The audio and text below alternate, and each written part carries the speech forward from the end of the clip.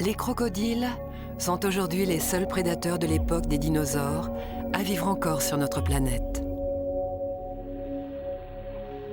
Le crocodile du Nil, lui, a investi le continent africain, où il passe la plupart de son temps dans les lacs et les rivières. L'eau est son domaine de chasse. C'est là que, redoutablement discret, il peut se rendre tout à fait invisible aux yeux des proies terrestres, en restant immergé pendant plusieurs heures. Parfaitement adapté à la vie aquatique, le crocodile du Nil a la réputation d'être le tueur le plus dangereux d'Afrique.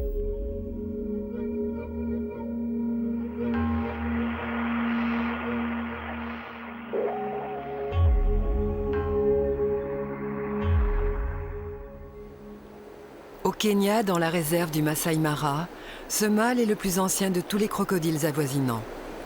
Grâce à sa taille et à son expérience, il a acquis le statut de dominant et le privilège de choisir son territoire. Il s'est installé à Kiboko. Chaque année, en période hivernale, des milliers d'herbivores partent ensemble vers d'autres pâturages. Et chaque année, la rivière Mara coupe leur même route migratoire.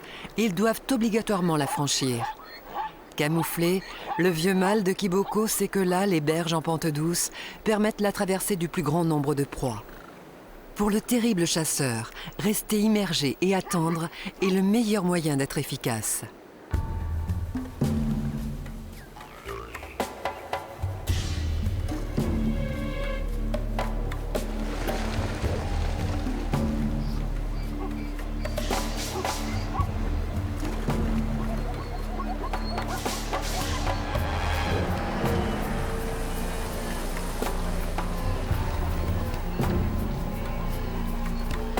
Le zèbre lutte désespérément pour garder la tête hors de l'eau.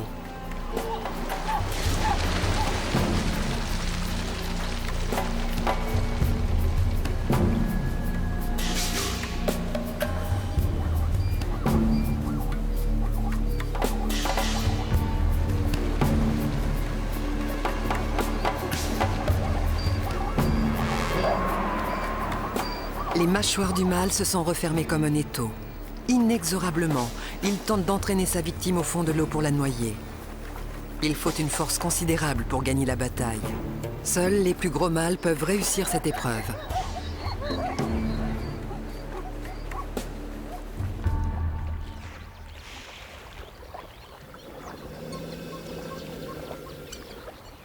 Le zèbre est une proie imposante et difficile à dépecer seul. Le mâle, même dominant, n'a aucun intérêt à se l'accaparer. Et puis un animal comme celui-ci est suffisamment gros pour être partagé. Le vieux mâle attrape une patte et tourne sur lui-même pour la déchiqueter. À ses côtés, la femelle dominante l'aide à maintenir la proie. Les autres femelles et les subadultes qui vivent sur le même territoire se joignent au festin. Tous encerclent le cadavre et chacun prélève un morceau, sans qu'il y ait le moindre combat ou la moindre agression. La coopération de tous est un bénéfice pour chacun.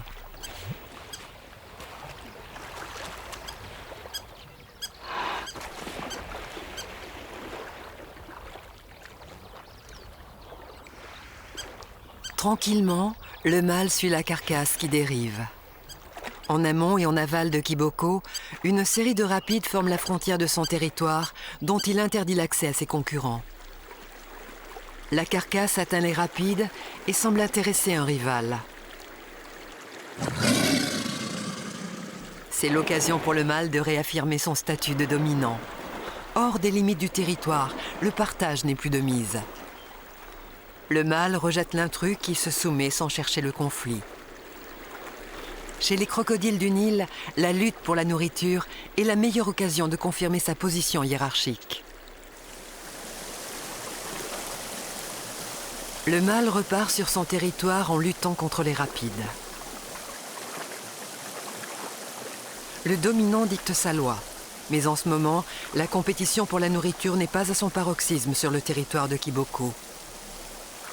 Les abords de la rivière sont riches en animaux.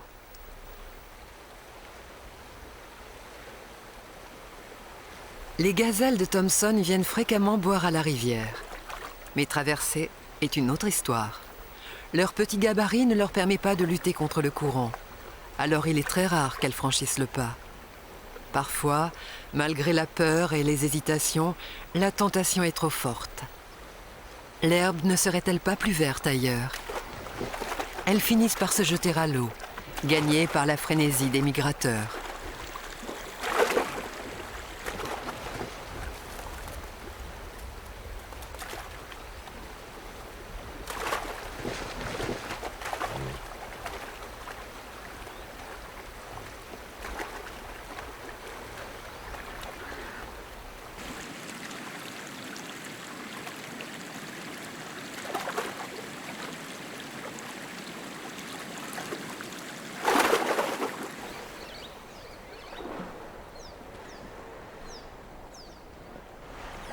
Le partage des repas est une tradition chez les crocodiles.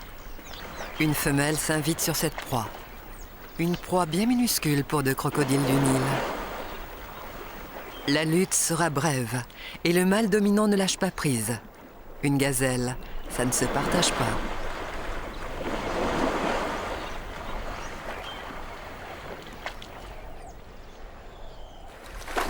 Les gazelles sont les proies favorites des crocodiles.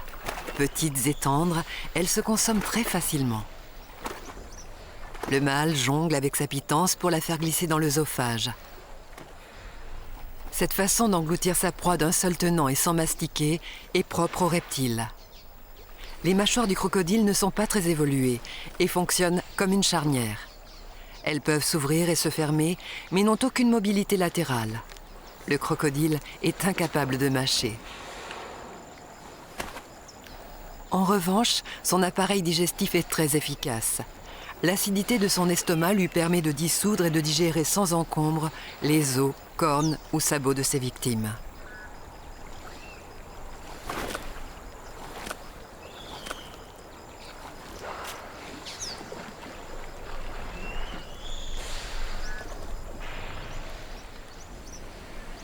L'estomac n'a plus qu'à faire son travail. Et rassasié, le mâle parcourt à nouveau son territoire.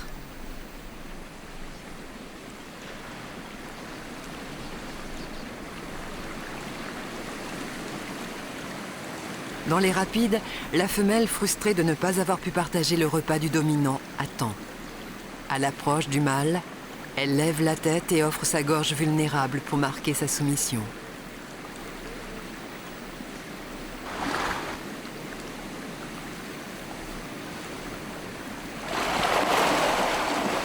Cette démonstration d'obéissance ne satisfait pourtant pas du tout le mâle. Résignée, la femelle n'a plus qu'à s'éloigner et part s'installer sur la berge pour pratiquer l'activité favorite des crocodiles, la sieste.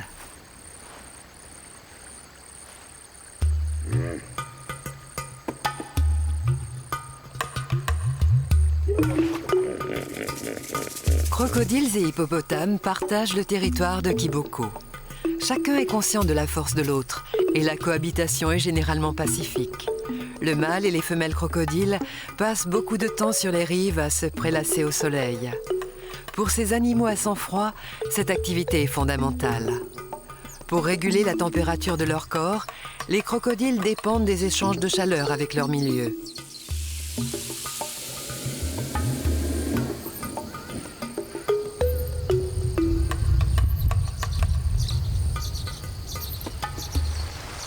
Avec le printemps, les petites pluies arrivent. Le climat se réchauffe et devient favorable pour la saison des amours. Le vieux mâle parcourt la rivière pour afficher sa dominance et décourager d'éventuels concurrents. Et puis, il faut séduire les femelles. Pour cela, il a quelques atouts.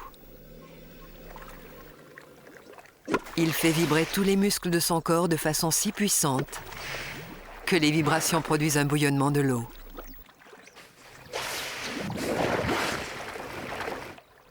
Impossible de passer inaperçu.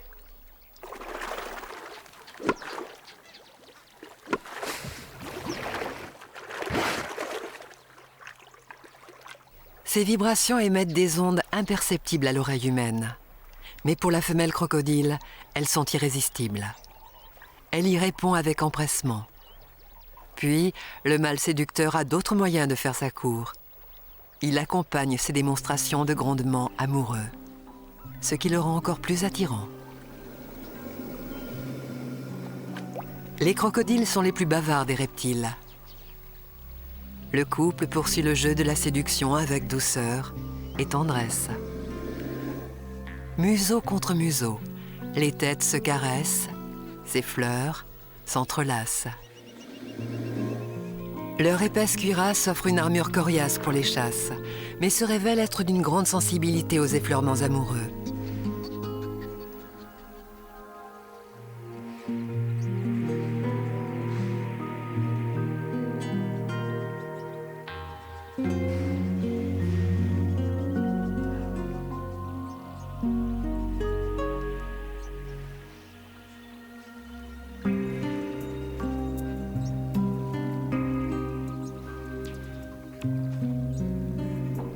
Conquis, les deux carnassiers nagent maintenant en harmonie. Le cérémonial peut durer plusieurs jours, et le mâle accomplit ce rituel avec chacune de ses femelles.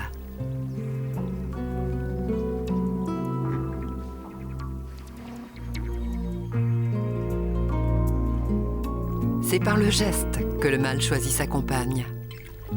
Elle s'abandonne et s'immerge en signe d'approbation. Sur le dos de la femelle, la patte du mâle se fait plus pressante pour l'inciter à plonger. Elle se laisse enfin glisser. Le mâle ne va pas tarder à arriver à ses fins. La copulation se passe sous l'eau et peut durer une dizaine de minutes. Les crocodiles ont aussi besoin de discrétion pour s'aimer.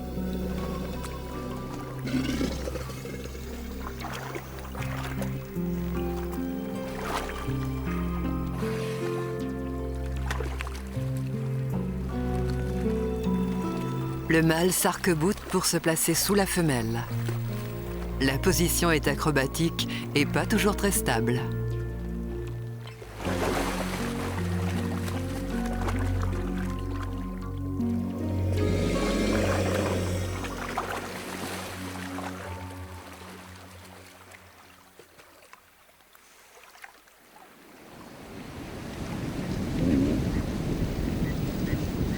Les derniers troupeaux quittent le Masai Mara. Et qui dit fin de la migration dit dernières opportunités de festin pour les crocodiles du Nil. Ils semblent ignorer les gnous, mais loin de là, ils ne dorment que d'un œil. Les crocodiles n'attaquent pas à terre, mais pour le mâle et les femelles de Kiboko, ce sont les dernières chances de chasser avant la longue saison des pontes. Les prédateurs partent se camoufler dans l'eau. Il ne s'agit pas de manquer cette dernière occasion. Leur priorité pour l'instant est de faire le plein d'énergie. Ils en stockeront 60% sous forme de graisse, dans la queue notamment, de quoi rester sans se nourrir durant de longues semaines.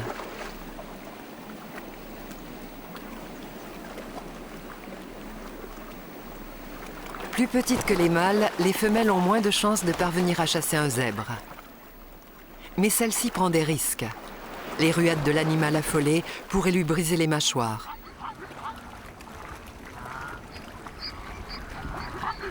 Deuxième tentative. Mais le dos large et arrondi de cette nouvelle victime n'offre pas beaucoup de prise. Son museau est trop étroit. Elle est obligée de lâcher prise.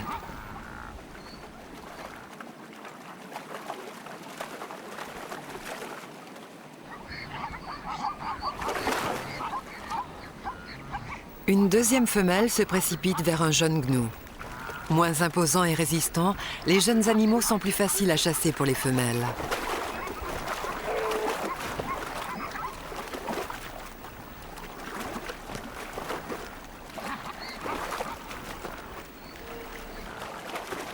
Le vieux dominant a d'autres objectifs. L'assaut du mâle est direct et puissant.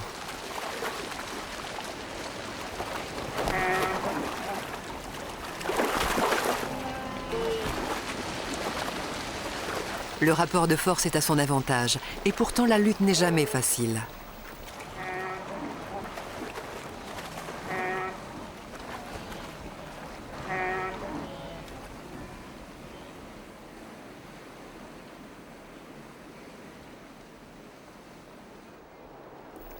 Dans les rapides, à la limite de son territoire, le groupe de Kiboko s'accroche à sa proie.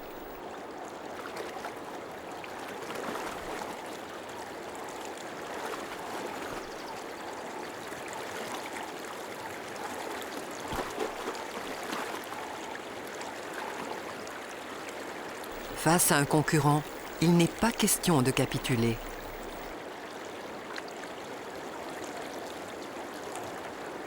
Le crocodile du clan voisin repartira bredouille.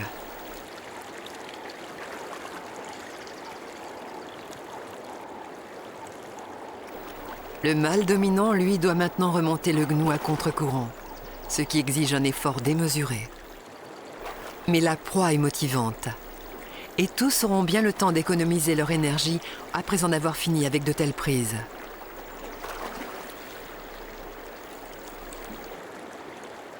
Les femelles le rejoignent.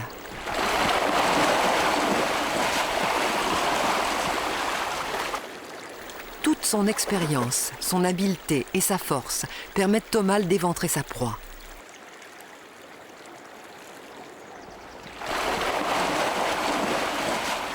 Le gnou est maintenant accessible aux plus jeunes, beaucoup moins puissants. Les crocodiles de Kiboko peuvent profiter de ce dernier repas. Il faut faire des réserves. Car à partir de la période de ponte, les adultes ne quittent plus le nid et doivent jeûner pendant 4 à 5 mois.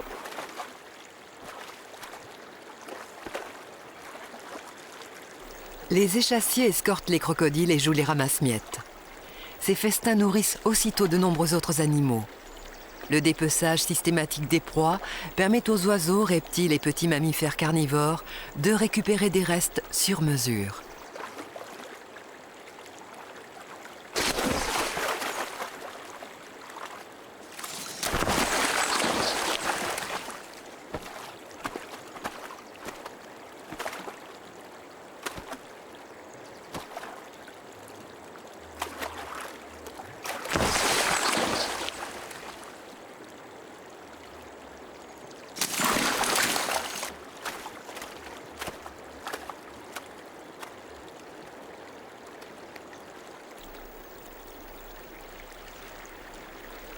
Libye s'est tentée.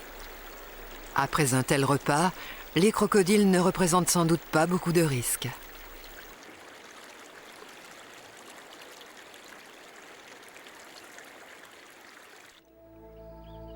Si le territoire du mâle est rêvé pour la chasse, il n'est pas toujours le lieu idéal pour y creuser son nid. Avant de pondre, les femelles partent chercher un endroit à l'écart des courants et davantage protégé.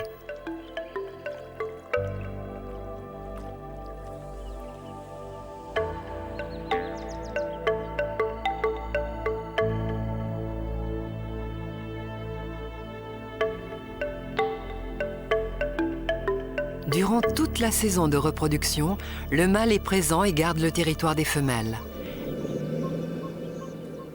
Il interdit son accès à tout autre mâle. Pour les femelles, l'heure est venue de trouver sur la terre ferme l'emplacement de rêve pour creuser leur nid. Première règle, le nid doit se situer au-dessus de la ligne des eaux pour échapper aux inondations.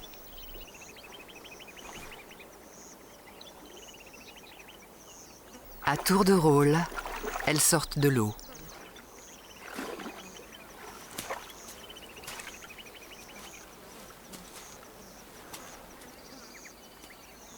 Pour les femelles, le moment de choisir l'emplacement des nids est toujours très tendu. Chacune veut le lieu le plus sûr pour pondre ses œufs.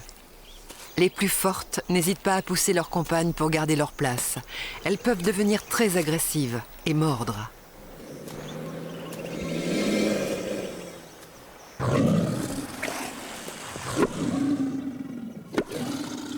Mais généralement, l'intimidation suffit. Pas besoin d'infliger des blessures ou de prendre le risque d'être blessé.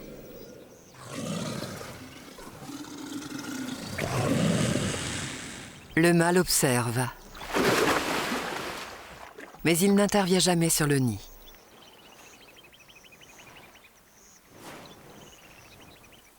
La femelle peut maintenant prendre ses aises. Elle inspecte la place et marque son nid en frottant ses mandibules sur le sol. Elle va tester l'emplacement durant une dizaine de jours avant de confirmer son choix.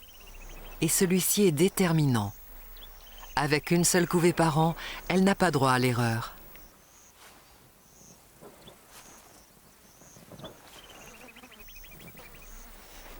Une fois décidée, elle se met au travail. À l'aide de ses pattes arrière larges et palmées, elle creuse un trou d'une 50aine de centimètres de profondeur.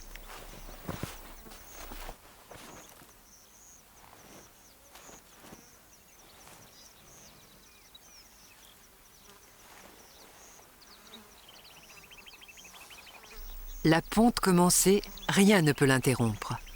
Pendant près d'une heure, la femelle est en transe. Elle est incapable de la moindre réaction envers quiconque s'approcherait. Cette femelle d'une 30aine d'années va expulser à intervalles réguliers une 40aine d'œufs.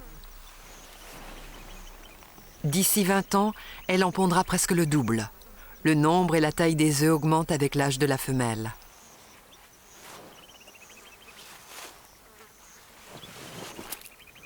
Mais le véritable défi est d'amener les œufs à terme dans de bonnes conditions. Il faut les recouvrir pour les protéger et les isoler.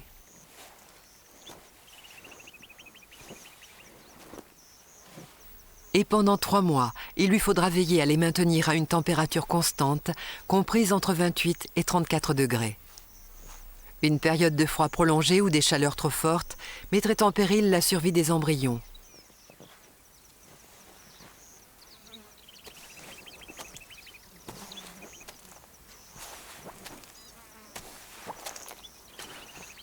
La femelle tasse la terre avec grand soin pour effacer les traces de présence de ses œufs pouvant tenter les pilleurs éventuels. Pendant 3 longs mois, la femelle va garder son nid sans relâche et sans même se nourrir.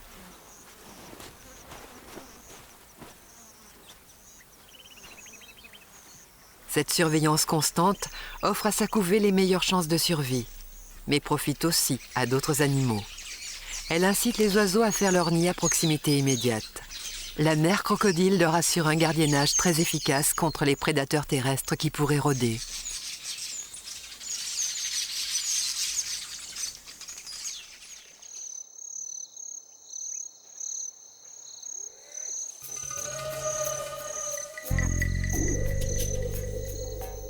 Cette période est éprouvante pour la femelle. Elle couve inlassablement jour et nuit. Pour accéder à leur nid, les femelles empruntent souvent les sentiers tracés par les hippopotames lors de leur randonnée nocturne. Herbivores, les hippopotames sortent de la rivière chaque nuit pour partir se nourrir.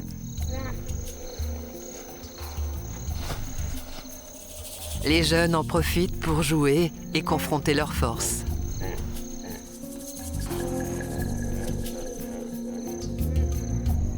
La nuit, les crocodiles voient mieux que la plupart des autres animaux. La femelle profite parfois de l'obscurité pour descendre bien vite boire à la rivière.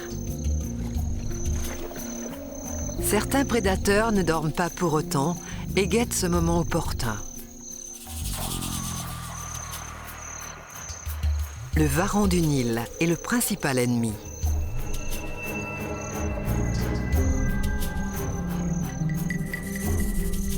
Ce gros lézard carnivore qui peut atteindre 2 mètres détruit à coup sûr les nids de crocodiles laissés sans surveillance.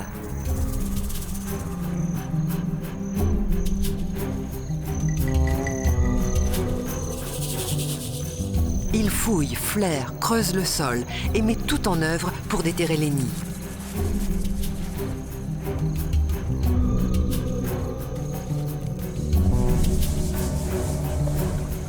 La jeune femelle doit maintenant se hisser jusqu'en haut de la berge. Elle avait choisi cet emplacement pour être protégée des inondations, mais n'avait pas prévu tous les risques.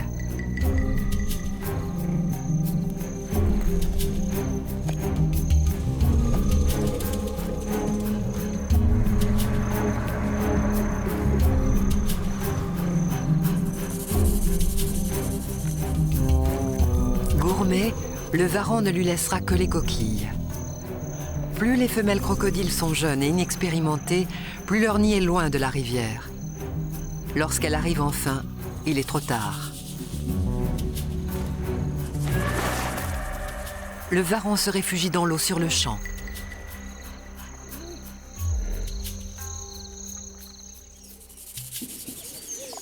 Pour cette femelle, la couvée est perdue. Elle devra attendre l'année suivante pour pondre à nouveau.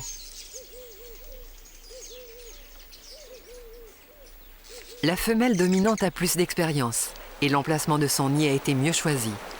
Elle y assure une présence permanente. S'il pleut, elle protège ses œufs avec son corps massif. 3 mois ont passé et la patience de la femelle est enfin récompensée. Un matin, des petits cris sous terre donnent le signal. La femelle doit délivrer ses petits.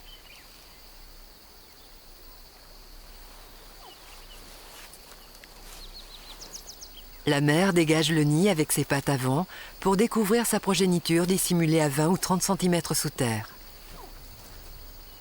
Environ 2 semaines avant l'éclosion, les bébés sont capables d'entendre les sons.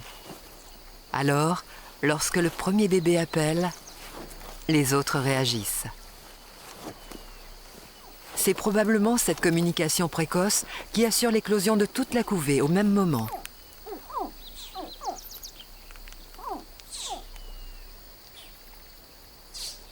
Le terrible prédateur devient alors un exemple de délicatesse. Avec précaution, la mère prend les bébés un à un dans sa gueule. D'instinct, elle adapte sa force à ses corps fragiles et minuscules. Cette redoutable mâchoire capable de déchiqueter un zèbre sait se montrer soudain d'une infinie douceur. Les coups de dents pour s'emparer des petits sont parfaitement mesurés. Elle relève la tête et déglutit. Ce n'est pas pour les avaler, mais pour les placer à l'abri. La peau sous sa mâchoire s'étire et forme une poche qui peut contenir une quinzaine de nouveau-nés. Il naît une proportion équilibrée de mâles et de femelles. Pourtant, le sexe de l'embryon n'est pas déterminé au moment de la conception. Il dépend uniquement de la température d'incubation de l'œuf, selon la place qu'il occupe dans le nid. Au-delà de 31 degrés, l'embryon sera un mâle. En dessous, ce sera une femelle.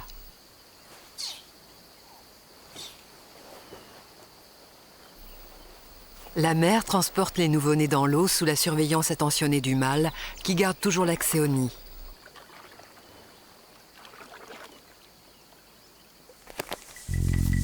Pendant l'absence de la femelle, les œufs continuent d'éclore. Sans protection, ces bébés de 30 cm et à peine 100 grammes sont extrêmement vulnérables. Au moment des naissances, le varan n'est jamais bien loin. La plupart des mangeurs d'œufs sont aussi des prédateurs des nouveau-nés. À lui seul, le varan est responsable d'au moins 50% des prédations.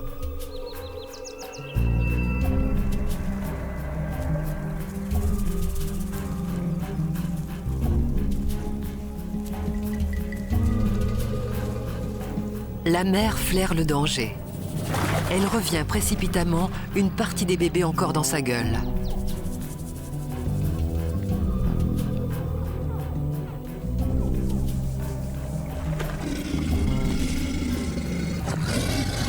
Son attaque fulgurante fait fuir le varan. Aucune hésitation n'est possible. Et sa seule présence suffit à dissuader le dangereux intrus de revenir. Les petits sont sauvés.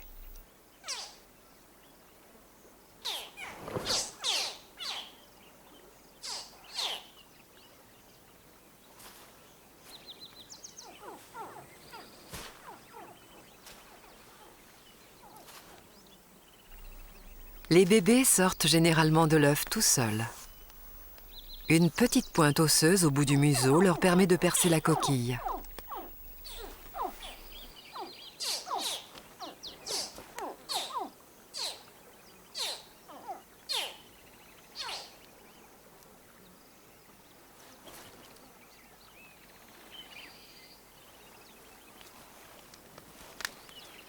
Si l'œuf n'est pas éclos, la mère le prend dans sa gueule et le roule contre son palais pour briser doucement la coquille et libérer le bébé.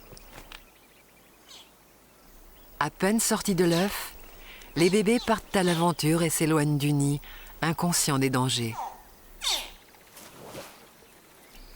La tâche est difficile et la mère semble débordée. Comment ouvrir la mâchoire pour rattraper les vagabonds indisciplinés sans laisser tomber ses autres petits ?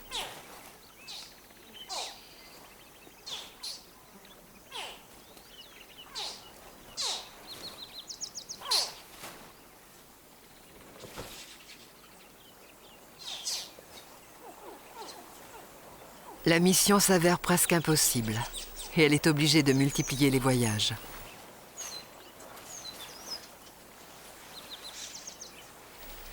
La mise à l'eau des nouveau-nés est aussi très périlleuse. Les risques de prédation restent très élevés. La menace vient principalement du ciel cette fois. Pour limiter les dangers, la mère choisit un coin enfoui sous la végétation.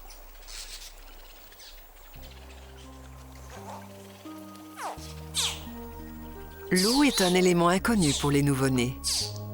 La mère les garde un moment dans sa gueule et leur laisse le temps de se familiariser avec ce nouvel environnement.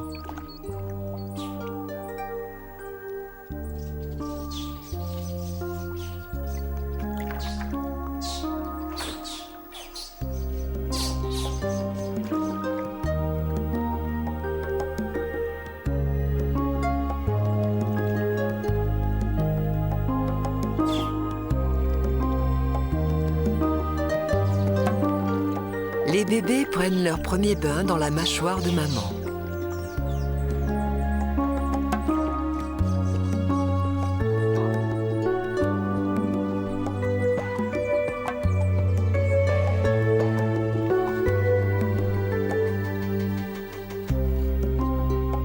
Cette rangée de dents acérées qui sème la terreur et symbolise la mort pour les autres animaux devient pour les bébés une barrière protectrice.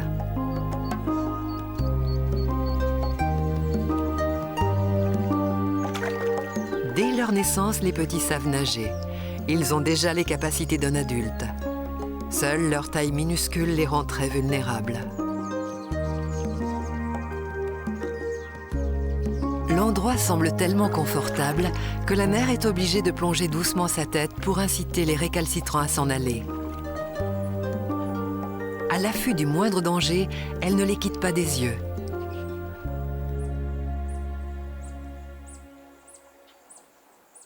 Les petits restent groupés et émettent en permanence des petits cris pour se rassurer. Généralement, une femelle répond aux cris de détresse de n'importe quel bébé, et l'adoption est une pratique courante. Pourtant, à l'approche d'une autre femelle, la mère réagit violemment. Elle n'a rien à faire ici.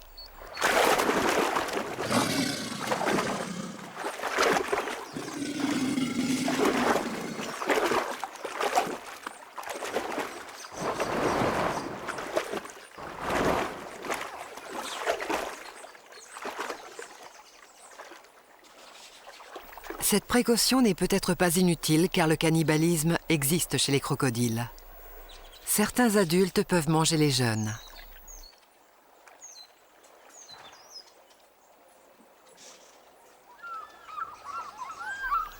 L'aigle pêcheur est probablement l'oiseau qui fait le plus de ravages sur les nouveau-nés. Mais les échassiers ne sont pas en reste. Oiseaux, mais aussi reptiles, petits mammifères ou gros poissons, les risques sont partout. La mère veille et consacre toute son énergie à éviter que ses petits ne soient mangés. Les tisserins, pourtant tout à fait inoffensifs, ont noté le changement d'humeur. Cela les rend peut-être un peu nerveux. Même eux suscitent l'agressivité de la mère sur le qui-vive.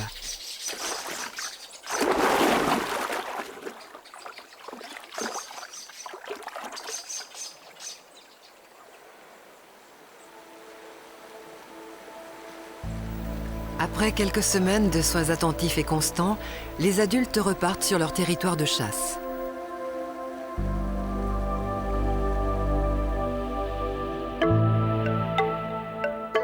Les petits devront désormais se débrouiller seuls. Cette période est la plus critique de leur vie et 90% des juvéniles meurent au cours de leur première année. Livrés à eux-mêmes, les petits se dispersent.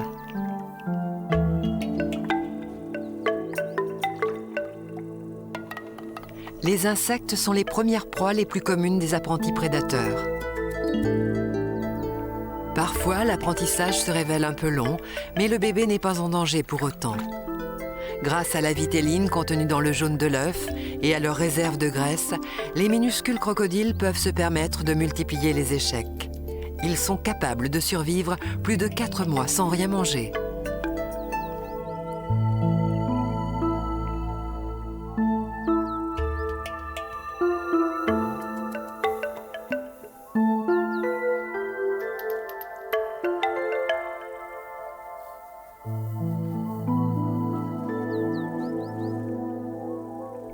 En grandissant, leur habileté et leur instinct de chasseur se développent.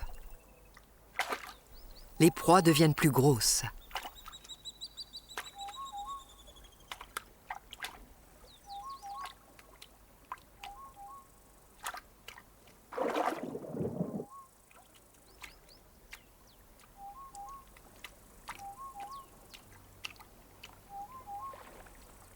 Les petits crocodiles continuent à vivre en communauté, mais très vite les caractères de dominance se dessinent. Les petites proies sont d'ores et déjà au centre de leur lutte et de leur compétition.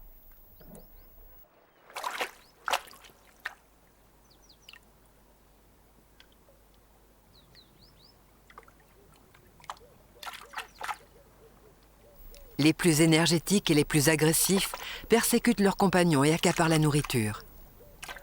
La croissance des crocodiles est lente et dépend largement de la disponibilité de nourriture. Les plus coriaces grandissent beaucoup plus vite.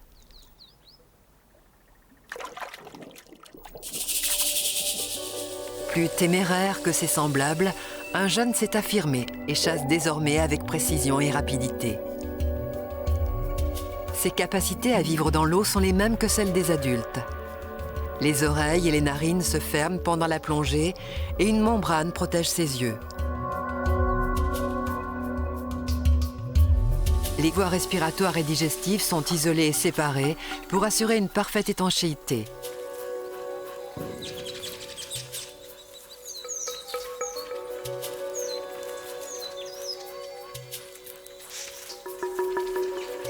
Les grenouilles sont devenues son alimentation de base et vont le rester pendant plusieurs années.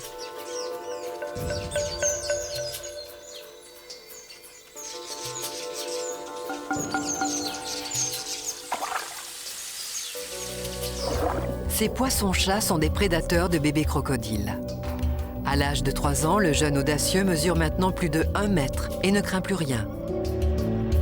Mais il n'est pas encore de taille à transformer son ancien prédateur en proie.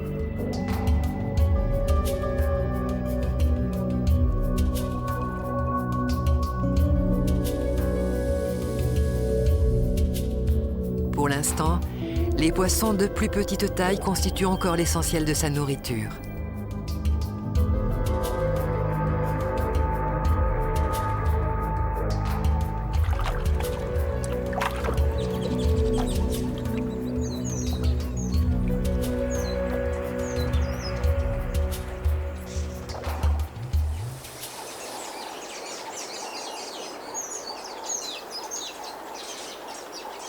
Après plusieurs années passées dans des bras de rivière, le jeune crocodile rejoint la rivière Mara. Devenu subadulte, il se retrouve sur le territoire de Kiboko et va devoir affronter de nouveaux dangers. Les disputes territoriales des mâles hippopotames les rendent très agressifs.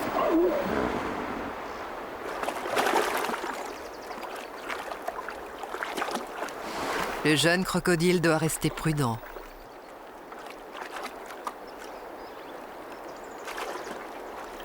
L'issue d'une confrontation entre un crocodile et un hippopotame est très incertaine.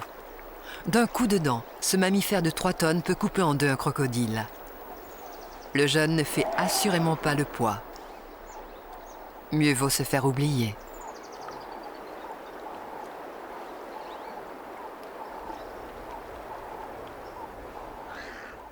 Sur la Mara, les hippopotames sont très nombreux. Ils n'ont pas bon caractère et ne sont pas partageurs. Sûrs de leur force, ils tentent d'intimider leurs jeunes voisins. Cela ne suffit pas pour réveiller le jeune crocodile en pleine sieste et lui faire perdre son sang-froid.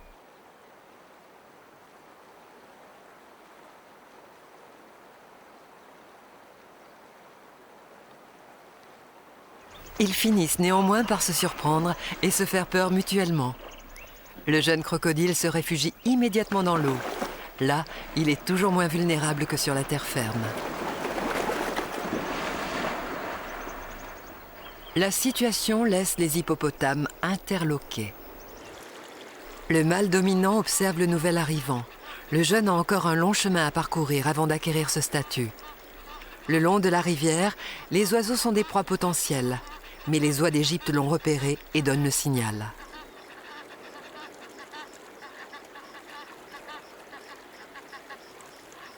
Les herbivores ne sont pas encore de retour dans le Masai Mara et le mâle dominant est à l'affût des moindres opportunités.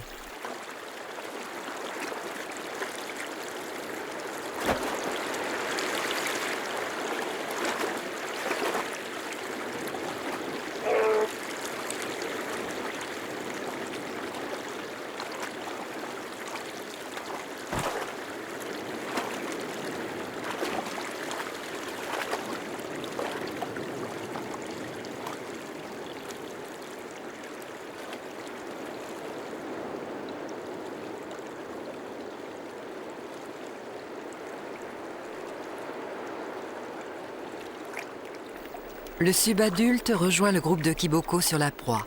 C'est tentant. Mais la hiérarchie est une constante de la vie sociale du crocodile et le jeune inconnu est repoussé. Ce n'est pas si facile de s'intégrer sur un territoire, surtout au moment du repas.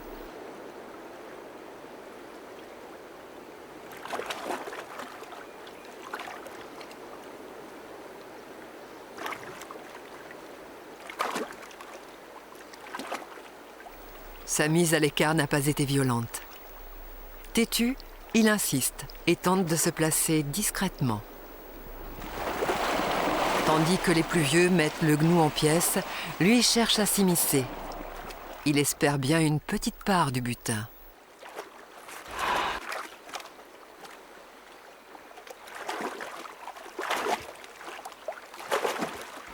C'est aussi pour lui l'occasion d'observer et d'apprendre comment le dominant tourne sur lui-même et utilise sa queue pour faire levier.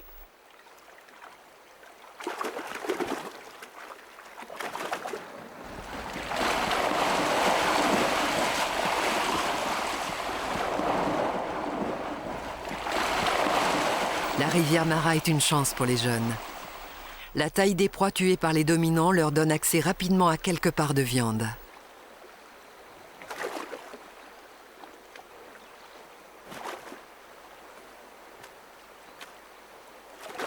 Le jeune persévère et ne quitte pas les adultes. Mais à ce jeu, mieux vaut savoir encaisser les coups.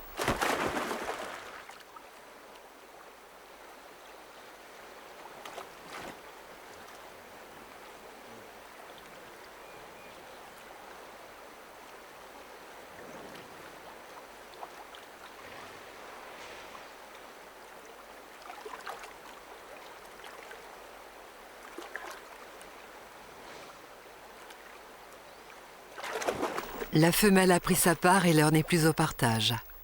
Le jeune n'obtiendra rien d'elle.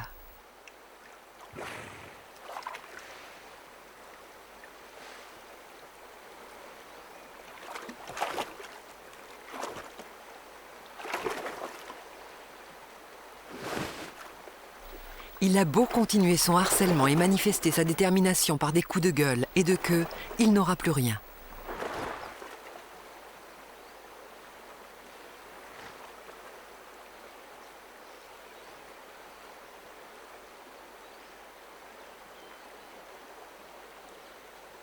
La ténacité du jeune à quémander de la nourriture a attiré l'attention du mâle. Il va faire valoir ses droits auprès de la femelle. Lui aussi voudrait sa part.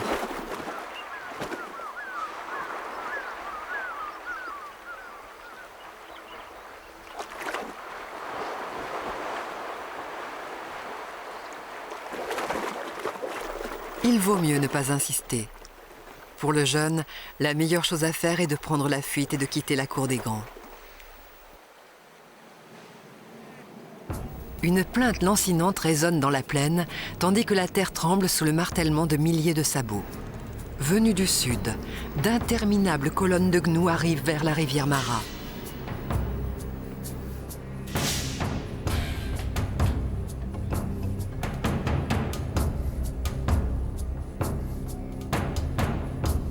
Pour le groupe de Kiboko, ce son familier annonce le retour de l'abondance et le début du festin.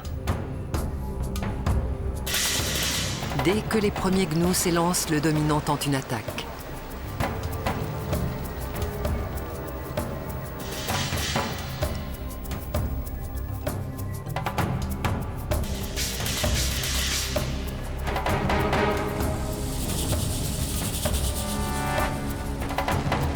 Malgré leur taille et leur mauvais caractère, les hippopotames doivent céder la place.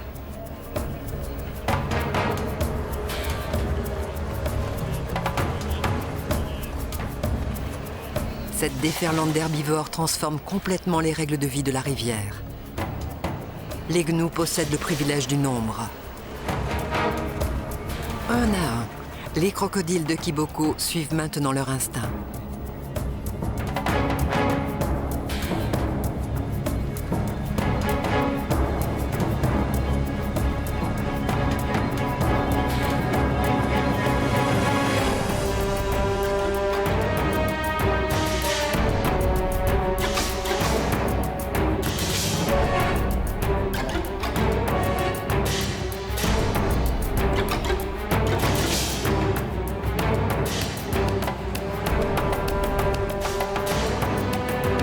Les assauts du jeune inexpérimenté se soldent tous par des échecs cuisants.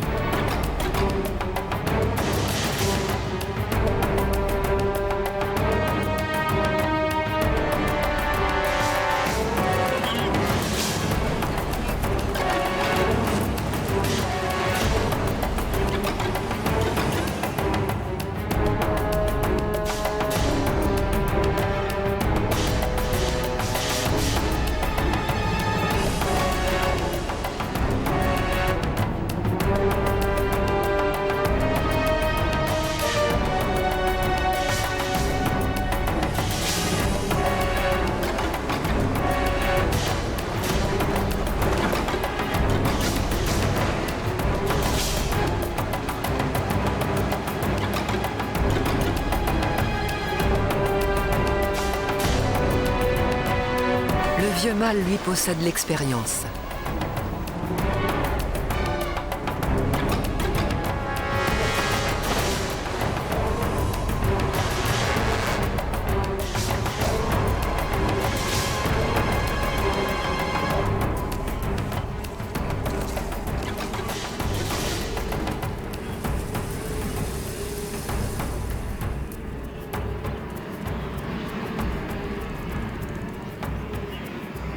Le jeune crocodile vient de découvrir l'événement annuel qui rythme la vie des siens sur la rivière Mara. Cette saison, il devra sans doute encore compter sur les redoutables adultes pour parvenir à chasser. Mais comme tous les crocodiles de Kiboko, il sait qu'il a le temps pour apprendre et parfaire son rôle de prédateur. Il peut espérer vivre 80 ans et la sagesse des crocodiles est vieille de plusieurs centaines de millions d'années.